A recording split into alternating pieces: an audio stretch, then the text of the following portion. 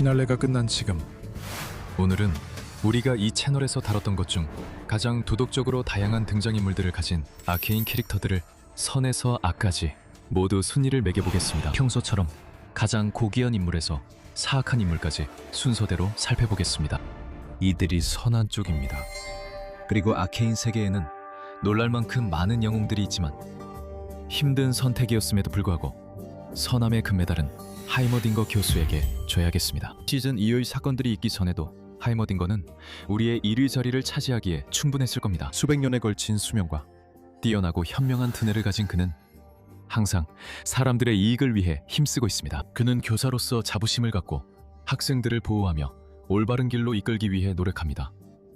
예를 들어 제이스에게 마법을 만들려 했다는 사실을 의회에 말하지 말라고 조언해 태학을 피하게 도왔습니다. 그러나 제이스는 그의 말을 듣지 않았습니다. 일부는 하이머딩거가 제이스와 빅터의 연구를 신뢰하지 않는다고 지적할 수 있습니다. 이런 돌파구는 시간이 걸려, 빅터. 그런 힘을 모두의 손에 쥐어주는 건 위험해. 그리고 때로는 필멸자들의 사고방식에 둔감할 수도 있어. 하이머딩거는 헥스테크 같은 힘이 남용될 때 어떤 공포가 일어날 수 있는지 직접 본 만큼 오랫동안 살아온 걸 기억할 필요가 있어. 그는 말 그대로 3차 세계대전을 막으려고 했을 뿐인데 제자에게 의회에서 쫓겨나는 걸로 보답받았지. 하지만 이 일의 여파가 우리가 하이머딩거를 목록의 맨 위에 올리기로 한 이유야. 의회에서 쫓겨난 후 하이머딩거는 자운으로 내려가 사람들에게 도움을 주려고 해. 그 결과로 에코를 제자로 삼게 되고 시즌 2에서는 그가 자신의 원래 시간선으로 돌아갈 수 있는 타임머신을 만드는 걸 도와주지. 그는 기술 발전에 기여하거나 동네 아이들과 어울리며 지역 사회에서 사랑받는 인물이야. 그뿐만 아니라 지난 10년간 최고의 컨트리 싱글을 발표한 후 하이머딩거는 에코가 집으로 돌아가 자신의 시간선을 완전히 파괴로부터 구할 수 있도록 자신의 생명을 희생해. 적어도 그렇게 보이긴 해. 하지만 게임에서 그의 종족은 불멸이라고 하니까 아마 지금쯤 어딘가에서 다시 부활하고 있을 거야. 그러니까 모두 눈물 닦아. 하이머딩거는 아직 어딘가에 있고 계속 멋진 음악을 연주하기만 한다면 선행 금메달을 받을 자격이 있지만 선행 은메달은 이샤에게 돌아가야 해. 대사 한마디도 없이 이샤는 징크스와 시청자 모두의 마음을 사로잡았어. 외롭고 절망적인 시기에 이샤는 징크스에게 친구이자 여동생 같은 존재로 받아들여지면서 오랫동안 잠들어 있던 그의 마음속 선함을 되살려줬어. 물론 징크스를 우러러보는 이샤는 약간 장난꾸러기가 될 수도 있고 쉽게 말해서 국내 테러리스트가 될 수도 있지. 그녀가 아주 어린아이라는 걸 기억해야 해. 그녀는 가족에게 충실할 뿐이야. 이막의 결말에서 이샤가 얼마나 훌륭한지 알 수 있어. 그녀는 징크스를 구하기 위해 자신의 목숨을 희생하지. 게다가 그 순간에도 대단한 연설 같은 건 하지 않을 만큼 겸손해. 그게 진정한 영웅이지. 그리고 선한 인물 탑 3의 마지막 동메달을 차지한 인물은 화면에 자주 등장하지는 않지만 영웅적인 면모를 가진 펠리시아야. 펠리시아는 이막 회상 장면에만 나와줘. 그녀에 대해 할 말이 많지 않아. 집행관들과의 충돌로 살해당한 후 반도는 펠리시아의 어린 딸들인 파우더와 바이올렛을 거둬. 이 두 어린 소녀들은 분명히 앞으로 행복하고 평화롭고 평범한 삶을 살게 될 거야. 나중에 우리는 반도가 왜 그 소녀들을 거둔 이유를 알게 돼. 그는 싫고 펠리시시아와 오랜 친구였고 항상 함께 시간을 보냈거든. 여기 아래에서 그녀를 모든 위험으로부터 지키면서 동시에 부모가 되는 방법까지 알아낼 수는 없어. 그녀는 평생 어린 딸들과 함께하며 가족에게 좋은 어머니가 되는 것이 최고의 영웅임을 보여줬어. 펠리시아는 이 역할을 정말 잘했지. 이제 언더시티 주요 아이들 중 첫 번째를 이야기하겠다. 에코. 이 꼬마는 대박 강도 사건이 있을 때마다 반도의 아이들에게 정보를 제공하는 역할을 했고 특히 위험했던 어느 날에는 그들의 아버지의 생명을 구하기도 했어. 미래의 친구 2명이 죽고 2명은 전쟁 중일 때 에코는 파이어라이트 창립 멤버로 지하 세계에 희망을 주기 위해 한 그루 나무를 중심으로 공동체를 만든다. 멋지지? 처음 봤을 때 여기가 그곳임을 알았어. 작은 씨앗도 여기까지 왔으니 우리도 할 수 있을 거라 생각했지. 그가 솔직히 그리고 당연하게도 집행관들과 다른 상위 계층 사람들에게 반감을 가지고 있긴 하지만 에코는 하이머딩거를 거의 바로 좋아하게 되고 그의 멘토 제안을 받아들입니다. 그 결과 두 사람은 그들의 공동체를 발전시키고 이전보다 더 많은 사랑을 받게 됩니다. 하지만 에코가 우리 목록에서 이렇게 높은 순위에 오르게 된 이유는 바로 그의 충성심 때문입니다. 에코는 자신의 사람들을 위해서라면 뭐든지 할 것입니다. 유토피아적인 평행 우주에서 탈출해 고향의 친구들을 돕기 위해 목숨을 거는 일부터 케이와 바이에게 도망칠 시간을 벌어주기 위해 징크스를 막아내는 것처럼 단순한 일까지도 마다하지 않습니다. 이게 누구야? 소년의 구세주잖아. 에코는 공식적인 영웅이 아닐 수도 있습니다. 사실 그는 영웅이라기보다는 자경단원에 더 가깝죠. 하지만 에코 같은 사람들이 그들의 공동체와 더 넓은 세상에 희망을 주고 그건 우리에게 큰 의미가 있습니다.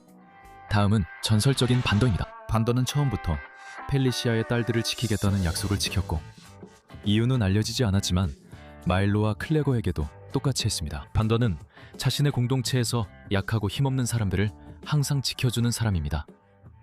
4명을 입양한 것부터 사업 파트너가 합의한 가격을 서기려 했을 때 허크를 위해 바로 나섰던 것까지 그는 늘 약자의 편에 섰습니다. 허크에게 남은 돈을 다 주고 내가 널 무사히 보내주는 게 어때? 그렇다고 해서 반더가 완벽하다는 건 아니에요. 펠리시아가 죽은 후 실코와의 불화는 결국 반더가 실코를 거의 익사시킬 뻔한 일로까지 이어졌죠. 그가 자신을 결코 용서하지 못했다 해도 도덕적으로는 꽤 끔찍한 실수였죠. 그 일이 아무리 끔찍해도 반더는 자식들부터 자운 전체에 이르기까지 자기 가족을 지키기 위해 모든 것을 하며 결국 자신을 구원합니다. 신지도에 의해 변형되어도 반더는 딸들에 대한 기억을 끝까지 지킵니다. 그러나 그는 너무 멀리 가버려 구할 수 없습니다. 나중에 다시 이야기할 기회가 있을 것입니다. 지금은 그의 오랜 친구 벤조에 대해 잠깐 언급하겠습니다. 저는 오랫동안 그가 에코의 양아버지라고 믿었지만 사실 그렇지 않습니다. 하지만 오히려 그래서 그는 더 멋진 인물입니다. 생각해보세요. 많은 사람들이 인생에서 끔찍한 상사를 겪어봤겠지만 벤조는 항상 에코를 존중하고 아껴주었습니다. 에코가 다른 타임라인에서 벤조를 다시 만났을 때 그는 벤조가 자기에게 세상 전부 같은 존재라고 대놓고 말합니다. 와, 정말 좋은 날이네. 게다가 벤조는 반더와 그의 공동체를 진심으로 아낍니다. 이제 반더가 입양한 첫 아이 클레거에 대해 이야기해 봅시다. 솔직히 말해서 그가 이 그룹에서 가장 높은 순위에 있는 유일한 이유는 특별히 영웅적인 면이 있어서가 아닙니다.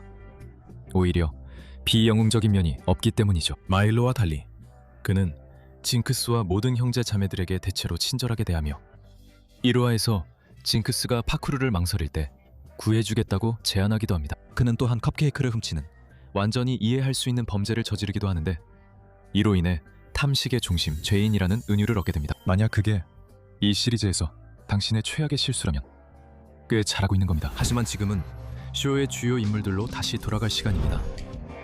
3명의 주인공 중 한 명인 바이부터 시작하죠. 바이는 흥미로운 인물인데 객관적으로 꽤 끔찍한 일들을 저질렀기 때문입니다. 도망칠 것인가, 맞설 것인가 라는 반응을 들어보셨겠지만 바이에게는 도망치는 본능이 제대로 작동한 적이 없습니다. 이 소녀는 항상 싸울 준비가 되어 있죠. 말 그대로 저 건틀릿은 그녀의 주특기입니다. 우리는 맞서 싸워야 해요. 그리고 당신이 하지 않겠다면 제가 할 거예요. 그리고 그건 대개 재앙으로 이어집니다. 하지만 그녀가 평생 언더시티 어둠 속에서 자랐다는 점을 기억해야 해요. 그녀는 소중한 것을 위해 싸우는 것만 알고 있어요.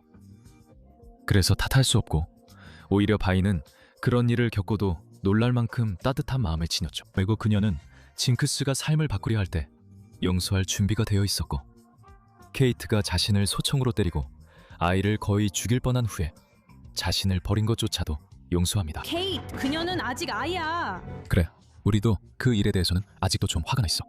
그리고 그녀는 언더시티를 위협하는 사람들로부터 그곳을 지키기 위해 많은 일을 해. 그녀가 황금 같은 마음을 가진 반항아로 행동하든 기꺼이 싸우는 어른 병사로 행동하든 바이올레트 항상 반더를 본받아 가장 소중한 사람들을 지키는데 헌신해왔어. 그래서 그녀는 우리 순위에서 상위에 오를 자격이 있어.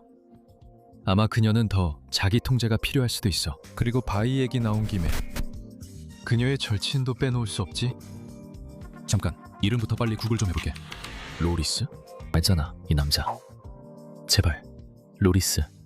기억나지? 그가 바이올렛과 얘기했던 거 기억나? 그리고 그는 집행자였고 결국 죽었잖아. 그는 분명히 거기 있었고 바이의 좋은 친구였어.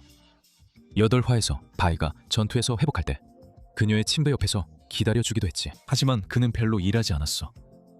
그래서 아케인이 이 남자로 뭘 하려는 건지 나도 전혀 모르겠어. 그리고 요리에 대해 말하자면 언더시티 요리사 제리코는 바이와 케이틀린의 징크스 찾기를 기꺼이 도와준다. 그는 바이와 케이틀린에게 정말 근사한 식사를 공짜로 대접하는. 제리코, 내가 이걸 놓쳤었나? 제리코는 그들에게 퀘스트에 도움이 될 수 있도록 종이로 된 보물찾기 힌트를 슬쩍 건네주며 자신이 관대한 사람임을 보여줍니다. 이게 사실상 그의 유일한 등장인데 아마도 제작진이 제리코가 너무 많이 나오면 다른 캐릭터들의 모든 영광을 빼앗아버릴 거라고 생각했기 때문일 겁니다. 다음은 마일로로, 반더의 아이들 중 슈퍼빌런이 아닌 쪽의 마지막 멤버입니다. 마일로는 자물쇠 따기의 전문가였거나 적어도 자물쇠를 딸 줄 아는 사람이었습니다. 그는 팀 강도질에서 늘 역할을 했기에 파우더가 제 몫을 못하면 쉽게 짜증을 냈던 것도 이해됩니다. 파우더가 올 때마다 뭔가 잘못돼.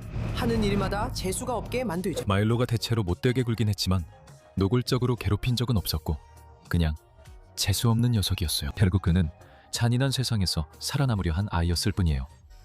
안타깝게도 그 목표는 이루지 못했어요. 하지만 다른 세계선의 마일로를 보면 언젠가는 쉽게 철이 들어 더 나은 삶을 살았을 거예요. 그레이스는 다음 카테고리에 속할 것처럼 들릴 수도 있지만 놀랍게도 시리즈에서 도덕적으로 가장 올바른 인물 중 한 명이었습니다. 그녀는 두각을 드러내진 않았지만 우리가 아는 한 자신의 사람들을 아끼는 집행관이었습니다. 적어도 필트오버 상류층에겐요. 의회는 본보기가 될 누군가가 필요해요. 사람들은 안전하다고 느껴야 하니까요. 케이트에게 한 말로는 그녀의 무기는 사람들을 지키기 위한 것이었어요. 그녀의 의도는 올바랐음을 보여줍니다. 저는 집행관이에요. 이 무기를 다루는 법을 안다는 건 사람들을 보호할 수 있다는 뜻이고 도시를 위해 봉사할 수 있다는 뜻이에요. 그걸로 충분해요. 부패한 정부에서 일하면서도 그녀는 정말로 가능한 한 희생자를 피하려고 최선을 다했어요. 반더와 협상하는 모습에서 그 점이 드러납니다. 하지만 결국 집행관은 집행을 해야 하죠. 아니, 해야 했었죠. 고인의 명복을 빕니다. 스카이에 대해서도 잠깐 언급해야겠네요. 빅터와 그녀는 대학에서 가까운 사이였어요. 아니면 적어도 스카이는 그렇게 되길 바랐죠. 하지만 빅터가 실험 도중 실수로 그녀를 기화시켜버린 후 그것도 그녀가 빅터를 보호하려다 그런 거였는데 둘은 우주에 함께 남겨지게 됐죠. 그 결과 스카이는 빅터와 함께 그의 치유 집단을 도우며 빅터가 무엇을 하든 별로 신경 쓰지 않는 듯 보였어요. 누군가에게 반하는 건 이해하지만 그의 새로운 세계 질서에 한 걸음 더 다가가게 하려고 목숨까지 내놓으려 한 건 산막의 특정 장면만 아니었다면 스카이는 덜 죄인 메달을 받았겠죠. 그 얘기는 나중에 하고 다음은 멜 마다르다입니다. 마다르다 가문은 자신들보다 아래에 있는 사람들을 지배하기 위해 무자비하게 행동하는 것으로 악명이 높지만 멜은 그럼에도 불구하고 저에게 왕자를 주시겠어요? 세상을 줄게, 아이야. 멜은 혈통이 암시하는 것보다 훨씬 더 좋은 사람이야. 그녀가 때때로 계산적으로 사람을 다룰 때도 있지, 물론이야. 특히 시즌 1에서 그녀는 제이스가 헥스테크에 대해 성급하게 야망을 품게 만든 큰 원동력이었고 결국 제이스가 하이머딩거를 의회에서 몰아내게 되는 데까지 이어졌지. 그녀는 또한 사람들을 투자 대상으로 보는 경향이 있어. 물론 그녀가 나쁜 의도로 그런 건 아니지만 이런 점에서 그녀가 다른 사람들과의 관계에서 다소 민감함이 부족할 수 있다는 걸 보여주지. 어쨌든 멜은 자신의 가족 유산을 극복하고 스스로의 길을 개척할 수 있었어. 멜, 원하시나? 어머니에게 맞서서 필터버를 그녀의 공격으로부터 지키고 어머니의 악행을 이용해 블랙로즈를 완전히 무찌르는데 도움을 줄 의향이 있나요? 멜 바로 뒤에는 그녀의 연인 제이스가 있습니다. 그는 헥스테크의 공동 창립자이자 거의 세계를 파괴할 뻔한 인물이죠. 그것은 혁명적이었습니다. 슬프고 솔직히 말해서 제이스가 원했던 건 세상을 더 나은 곳으로 만드는 것이었습니다. 그리고 그는 어떤 면에서는 그걸 해냈죠.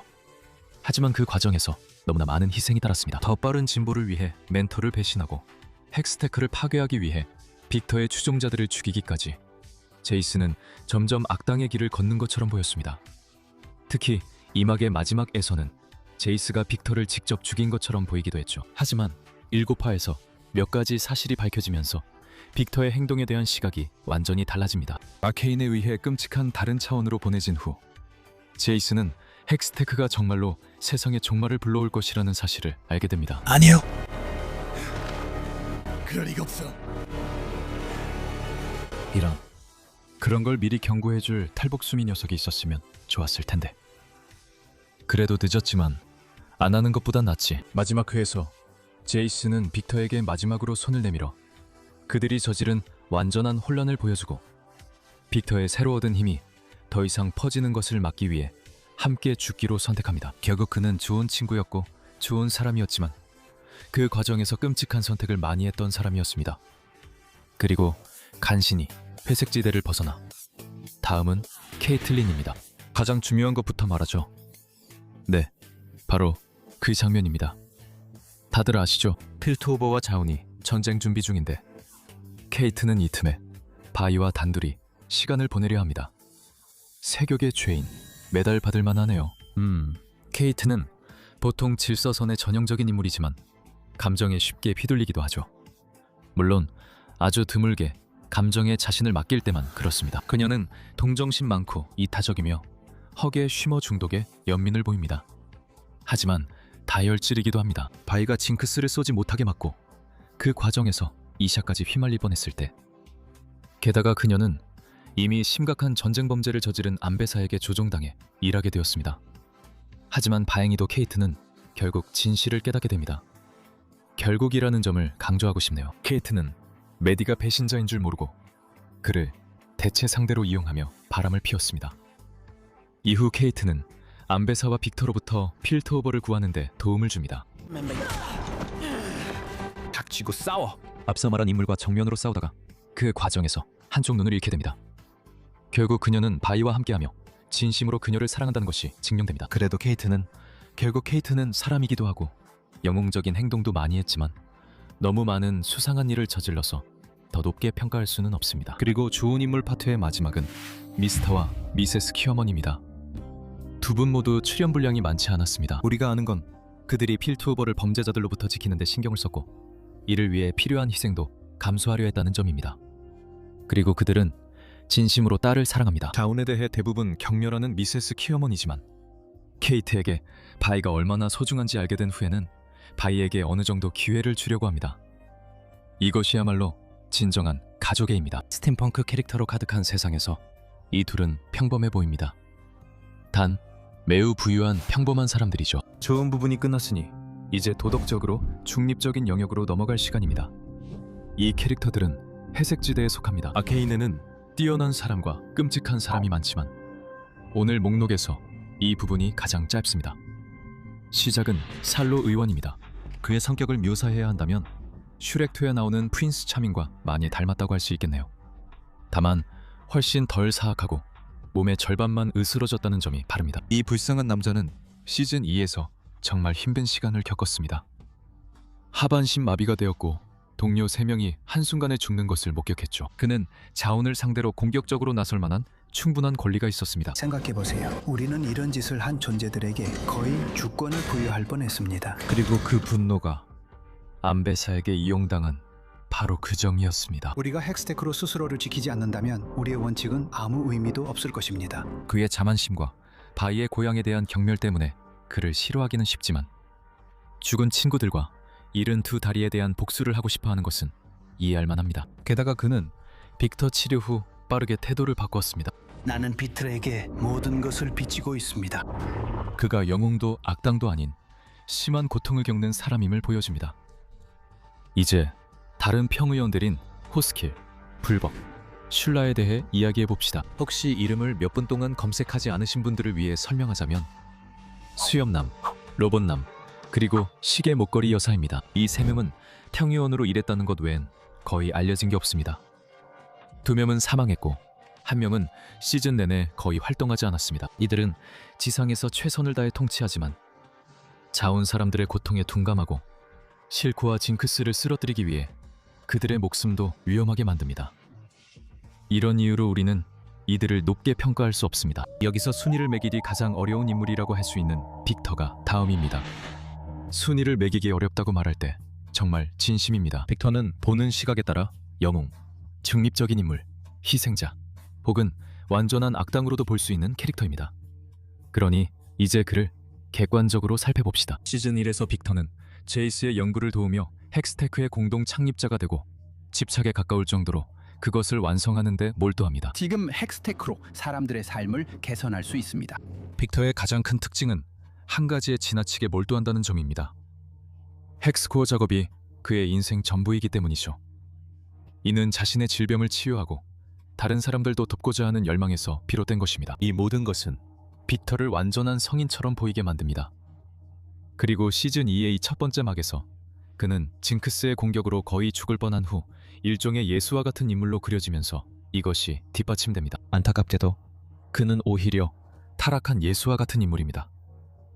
물론 치유 능력도 가지고 있고 어느 정도는 진심으로 다른 사람들의 삶을 더 쉽게 만들어주고 싶어 합니다. 하지만 그가 이를 실행하는 방식은 선을 너무 넘습니다. 빅터는 세상의 불의와 고통을 끝내기 위해 모든 인간을 이전의 자신과는 다른 영혼 없는 껍데기로 만들어야 한다고 믿게 됩니다. 본질적으로 그는 이를 영광스러운 진화라고 부르는 집단 의식으로 만드는 것이죠. 그는 또한 자신의 추종자들을 메시지를 전달할 그릇처럼 이용하는데도 거리낌이 없으며 이는 적어도 약간은 사이비 종교와도 같습니다. 제이스가 마침내 빅터의 타락한 갑옷을 문자 그대로 부수고 나서 두 사람은 화해하고 그들이 시작했던 일을 마무리할 수 있게 됩니다. 그동안 빅터는 자신이 초래한 모든 참상에 경악합니다. 이것은 그들의 캐릭터 아크의 씁쓸하고 달콤한 결말로 아무리 순수하고 고결한 사람이라도 말로 다 할 수 없는 악을 저지를 수 있음을 보여줍니다. 자, 이제 아케인 세계관에서 가장 복잡하고 도덕적으로 평가가 갈리는 인물 중 하나를 뒤로하고 약물 중독자 이야기로 넘어가 보겠습니다. 헉은 시리즈 전체에서 몇 번만 등장하는 작은 조연입니다. 그는 반더가 그의 물건을 정가에 팔 수 있도록 도와준 마른 남자입니다. 안타깝게도 헉은 이후 자운이 겪고 있는 쉬머 중독의 희생양이 됩니다. 그 중독은 너무 심각해서 그는 한 번 더 투약하려고 기꺼이 바이와 케이를 실코에게 배신하게 됩니다. 중독은 피하고 싶은 현실이라 헉을 안타깝게 여길 수밖에 없습니다. 그는 잠시나마 빅터의 사이비 집단에서 치유를 경험했습니다. 가장 행복한 결말은 아니지만 결코 최악의 결말도 아닙니다.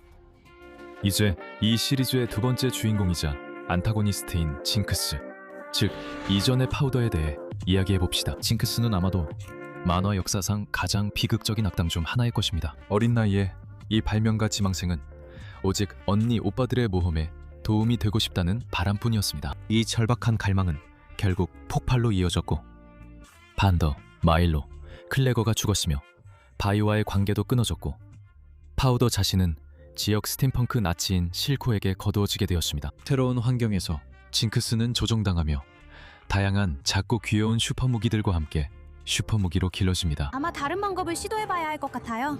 나무 모양의 대형 로켓 발사기 같은 거죠. 적어도 매우 창의적이에요. 이제 징크스가 시리즈에서 끔찍한 일들을 저질렀다는 건 부정하지 않겠습니다. 집단 살인, 테러, 납치, 고문, 심지어 무단 침입까지 했죠. 하지만 그런 심각한 범죄 기록과는 달리 징크스는 무슨 거물 범죄자나 사디스트 같은 인물은 아닙니다. 슬픈 점은 징크스가 단지 사랑과 보살핌을 원할 뿐이라는 것입니다. 실코는 자기만의 뒤틀린 방식으로 이를 제공했죠. 시즌2에서 반더가 아직 살아있다는 사실을 알게 되자 비록 이제는 본의 아니게 털복숭이가 되었지만 징크스는 모든 것을 제쳐두고 바이에게 이 사실을 알리러 갑니다. 두 사람이 아버지와 다시 만날 수 있도록 하기 위해서죠. 이 일로 인해 두 자매의 관계도 천천히 그리고 꾸준히 회복되기 시작합니다. 결국 징크스는 반더를 고통에서 해방시키고 바이의 목숨을 구하기 위해 스스로를 희생합니다. 진정한 공포를 겪은 끝에 영웅으로서 죽을 기회를 얻게 된 것이죠. 처막만 달랐다면 징크스도 충분히 괜찮은 사람이었을 겁니다. 하지만 결국 그녀는 항상 착한 마음을 가지고 있었어요. 다만 그 마음이 너무 타락해서 끔찍한 일들을 저지르게 된 것이죠. 마지막에 보여준 자기 희생과 사랑 덕분에 징크스는 자신만의 평화로운 결말을 맞이할 수 있었어요. 슬프면서도 아름다웠죠. 이 부분은 논란이 있을 수 있지만 회색지대를 마무리하는 인물은 시즌1의 배신자 보안관 마커스입니다. 마커스는 처음부터 미워하기 정말 쉬운 타입의 캐릭터지만 조연임에도 불구하고 꽤 탄탄한 서사를 가지고 있어요. 그는 자신과 딸을 지키기 위해 실코와 협력하는데 이건 정말 끔찍한 일이죠. 하지만 마커스가 동정받을 만한 이유는 그가 실코가 얼마나 나쁜 사람인지 사실 제대로 알지 못했다는 점이에요. 적어도 완전히는 몰랐죠. 마커스는 상사를 포함한 여러 무고한 사람들이 죽는 것을 목격한 후 실코에게 분노했고 그만두고 싶어 했어요. 하지만 실코가 딸에게 은근한 협박을 했기 때문에 어쩔 수 없이 계속 일에 남아 있었죠. 나는 호의 따윈 필요 없어. 난 네가 네 일을 하길 원해. 지금 내가 마커스가 자초하지 않았다는 말은 아니지만 결국 그가 한 일의 90%는 극심한 압박 속에서 한 거야. 그리고 마커스가 완전히 악당이 되지 않은 건 그에게 양심이 있었기 때문이야. 또 마커스가 한 가지 선행을 했다는 것도 언급할 만해. 다른 상황이었다면 10대 소녀를 납치하고 감금하는 건 끔찍한 짓이겠지만 마커스가 실코가 바이를 보면 주저없이 죽였을 거라고 한 말에는 일리가 있었어. 뒤틀린 방식이지만 마커스가 없었다면 바이는 죽었을 거야. 그리고 그가 좋은 사람은 아니지만 완전한 악당도 아니. 그만 끔찍한 선택을 했고 피해를 최소화하려다 죽은 한 남자일 뿐이야. 이제 어두운 면으로 넘어가죠. 나쁘거나 악한 캐릭터들에 대해 이야기할 시간이야. 이런 캐릭터들은 정말 많아. 이 범주를 시작하는 건 다소 독특한 선택이야. 워윅, 신지대의 걸작이지. 워윅은 반더의 되살아난 시체로 죽음 자체를 극복하려는 미친 박사의 노력에서 탄생한 수많은 뒤틀린 창조물 중 하나. 처음에는 약간의 기억을 유지하긴 하지만 워윅은 몸만 반더일 뿐이야. 그리고 반더와 달리 워윅은 순수한 피해 갈망과 동물적인 본능에 이끌려 상대를 자비도 망설임도 없이 공격해. 그것만 해도 꽤 끔찍하지만 워윅은 인간의 지능이 없는 되살아난 시체라는 사실을 감안하면 이 시리즈에 나오는 진짜 괴물들에 비하면 훨씬 덜 사악하다고 할 수 있어. 턴막 때문에 순위가 바뀐 모든 캐릭터 중에서 메디가 가장 놀라웠어. 특히 케이트에게 배신자라는 암시가 전혀 없었다는 점을 생각하면 더더욱 그래. 그런데 9화가 나오고 갑자기 아무런 예고도 없이 그냥 뿅 하고 그녀가 다시 안배사의 편에 서게 됐지. 이 따뜻함이 고마웠어. 아마도 그녀는 케이트가 바이와 잠깐 만났다는 소문을 듣고 복수하려 했거나 안배사와 뭔가 있었을 수도 있어. 누가 알겠어. 이제 메디는 말해줄 수 없겠지. 정말 한순간에 추락했어. 이제 하위 10명에 들어섰고 첫 번째는 실코의 추종자 중 한 명인 레니아. 킹과 함께 그녀는 실코를 배신하고 제이스와 바이가 쉬모 공장을 공격하는 중에 아들이 죽은 후 사비카가 실코를 죽이도록 계획했지. 그래서 그녀가 더 낮은 순위가 아닌 거야. 심각한 범죄를 저질렀고 시즌 2일막에서 테러 공격의 주모자이기도 했지만 레니는 어린 아들을 잃은 슬픔과 고통을 겪는 슬퍼하는 어머니였어. 그녀가 한 행동이 용서받을 수 있다는 건 아니지만 적어도 그녀를 어느 정도 동정적으로 보이게 해. 그리고 덜 악한 인물 중 마지막은 실코의 오른팔인 사비카야. 레니와 핀의 배신 시도로 다시 돌아가 보면 그 장면은 사비카의 최고의 장점을 보여줘. 바로 충성이야. 수많은 결정이 있음에도 불구하고 사비카는 끝까지 자신의 신념에 충실해. 그리고 그녀의 신념은 어떤 수단을 써서라도 자운 사람들을 해방시키는 거야. 그녀는 자기 편을 넘기지 않고 사람들을 뭉쳐 싸울 수 있어. 우리는 우리 사람을 넘기지 않아. 사비카는 오랫동안 자신들을 억압해온 사람들을 짓밟아 자유를 얻고자 하는 열망에 이끌리고 있다는 게 분명해. 그래서 우리는 그녀에게 분노의 중심 메달을 수여할 거야. 하지만 그 충성이 반더에게도 이어졌다면 좋았을 텐데. 사비카는 자신의 추종자들과 함께 첫 시즌에서 반더를 버렸어. 반더가 탑사이드를 공격하지 않고 더 많은 동료들이 죽는 걸 원하지 않는다는 용서받지 못할 행동을 했기 때문이야. 이것은 사비카가 충성스럽고 헌신적이지만 냉정하고 편협한 면이 있음을 보여줘.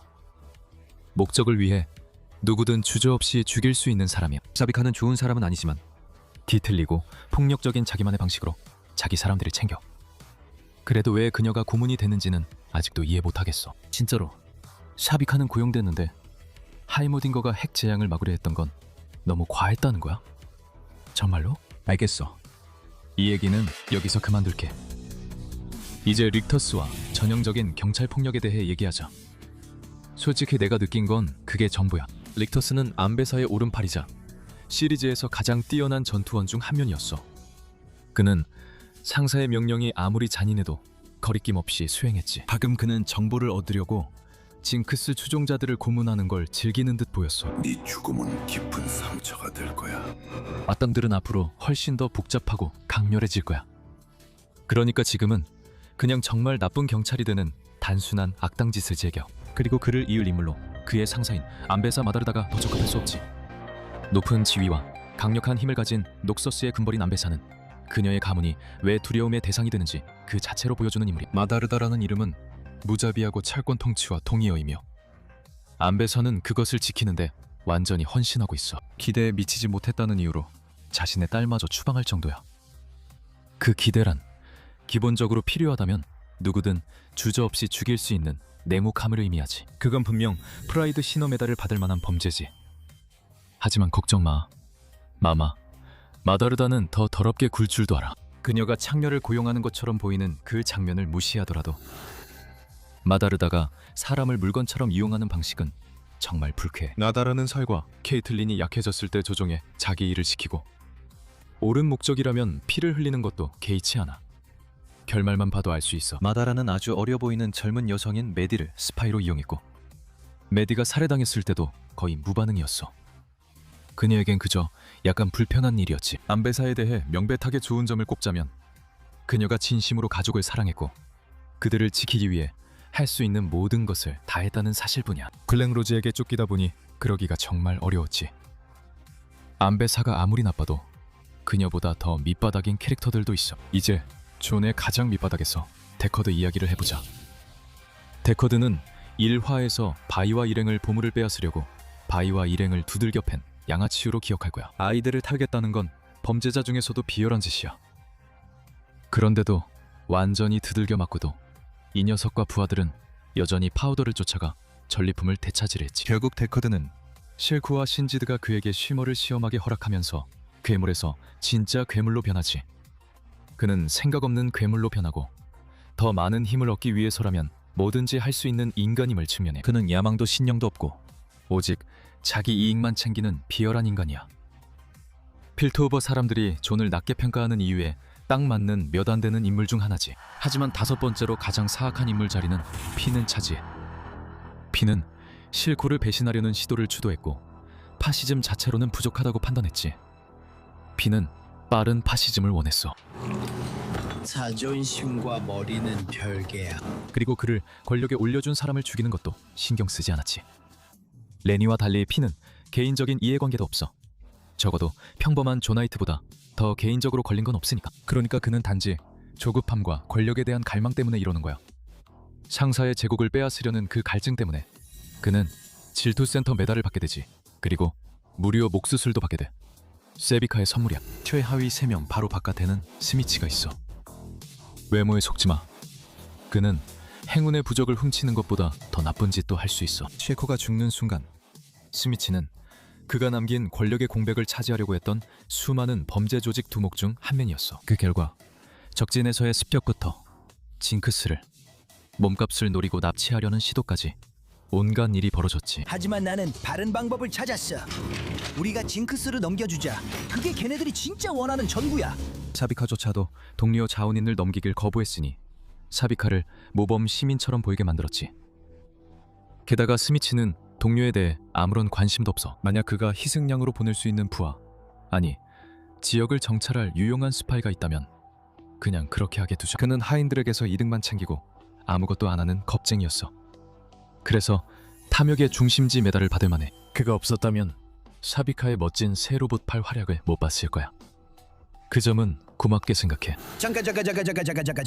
여기서 거래를 할 수 있을 것 같아. 이제 악의 동메달은 예전에는 닥터레빅으로 알려졌던 신지드에게 줘야겠어. 자, 시작하자면 신지드는 단 하나, 오직 하나의 장점이 있어. 그는 자기 딸을 사랑해. 사실 그가 과학적으로 하는 모든 일은 딸의 불치병을 고치기 위한 시도야. 그래서 그는 완전히 정당하고 동정받을 만한 인물이지. 아니야. 그렇지 않아. 왜 다른 애들이랑 안 놀아? 그가 딸을 사랑하는 건 좋은 일이야. 어떤 부모든 자식 생명을 구하려면 뭐든 하겠지. 신지드의 문제는 딸을 사랑하고 그녀의 병을 고치고 싶어하는 게 아니라 자연의 법칙 자체에 도전하는데 자신의 모든 삶을 바친다는 거야. 나도 한때 딸이 있었어. 그는 그 잡히기 힘든 치료법을 찾기 위해 수많은 사람들을 납치하고 고문하고 실험하고 결국에는 죽이기까지 했어.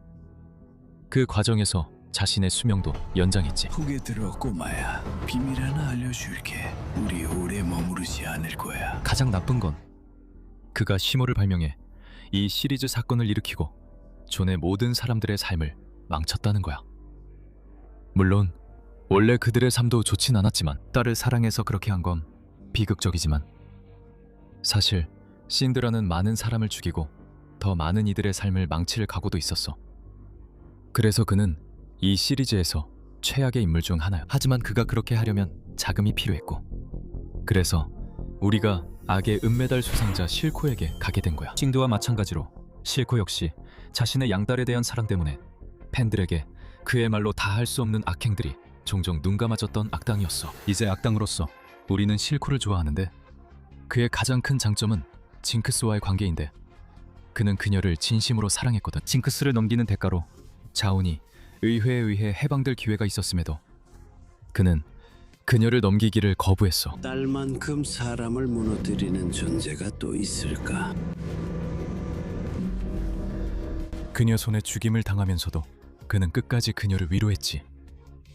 이게 대단해 보여도 실코가 어떤 사람인지 쉽게 잊게 돼. 펠리시아가 죽은 후 반더는 슬픔에 잠겨 있었지만 실코는 여전히 존의 국가를 통합하는 데만 온 신경을 쏟고 있었지. 이 일로 그는 반더에게 배신당하고 자신의 무자비함을 완전히 드러내게 돼. 그리고 그 무자비함은 어디까지 이어질까? 실코는 언더시티에서 발생한 쉬머 약물 유행의 책임자야. 게다가 그는 언더시티 출신이라는 점에서 상황을 더 악화시키지. 실코는 모두를 약에 중독시키며 자신만 이익을 챙기고 다른 사람들은 그를 두려워하게 해. 실코는 자신의 추종자들을 고문하는 것도 마다하지 않고 그들을 통제하기 위해 가족들, 심지어 아이들까지 협박해. 두려움은 모두를 따라다녀. 아야. 내 말은 실코가 마커스가 자신의 명령을 따르지 않으면 그의 어린 딸을 간접적으로 죽이겠다고 협박했던 걸 잊지 말자. 밖에서 얘기하자. 우리 지금 놀고 있는 거 안 보여? 게다가 그는 그녀의 블록을 넘겼어. 그녀는 그걸 정말 열심히 만들었지. 실코. 그 남자가 징크스에겐 좋은 양아버지였을지 몰라도 실코는 여전히 거의 악에 가까웠어. 물론 실코에게도 징크스처럼 선한 면이 있긴 해. 하지만 징크스와 달리 실코는 그 죽음의 순환에서 벗어나려고 시도조차 하지 않았어. 그게 바로 그의 본성이라는 걸 증명하지. 딸을 사랑하는 마음만 있을 뿐 그는 내목한 살인자야. 아무리 좋게 보려고 해도 마약왕이자 아동노동 착취자였던 사람은 결코 용서받을 수 없어. 마지막에 징크스에게 했던 말이 아무리 사랑스러웠다 해도 말이야. 넌 완벽해. 실코가 아무리 사악해 보여도 적어도 참작할 만한 점은 있었어. 반면에 진정한 악의 금메달은 그런 면이 전혀 없는 집단 블랙 로즈에게 돌아가야 해. 그래서 멜에게는 멋지고 비밀스러운 마법 능력이 있다는 사실이 밝혀졌고, 그 때문에 그녀는 블랙 로즈라는 사악한 마법사 집단의 표적이 되었어. 이 녀석들은 정말 위험한 존재야. 전 세계의 고위층 가문에 영향력을 행사하기 위해 이들은 자신들이 원하는 것을 얻기 위해서라면 표적을 훼손하고 절단하고 온갖 방식으로 괴롭히는 것도 서슴지 않아. 키누를 죽였다고 볼 수 있고 안베사도 확실히 죽이려고 했지. 네가 훔친 것은 어떤 금보다도 더 소중한 거야. 그들은 멜에게 더 가까이 다가가 그녀의 힘을 얻으려 해. 심지어 죽은 오빠의 모습을 이용해 정보를 캐내려고 한다. 블랙로즈에 대해 이상하고 솔직히 좀 답답한 점은 우리가 그들이 멜의 힘을 가지고 정확히 무엇을 하려는지 모른다는 거야. 그들은 멜을 손에 넣으려고 오빠를 납치해 그를 인질로 삼기까지 했다. 그 거래는 안베사도 받아들일 수 없을 정도로 끔찍했다. 내 오빠는 어디 있어? 유감이지만 그의 운명에 관한 말은 네 어머니의 거짓말이 아니었어. 네가 그를 죽였어. 블랙로즈의 궁극적인 목표는 알려지지 않았고 멜이 그들을 무너뜨린 덕분에 앞으로도 그렇게 남길 바란다. 이 어둠의 마법 집단이 안베사조차 불안하게 만들었다면 그들이 나머지 세계에 무엇을 하려고 했는지 상상만 할 수 있다.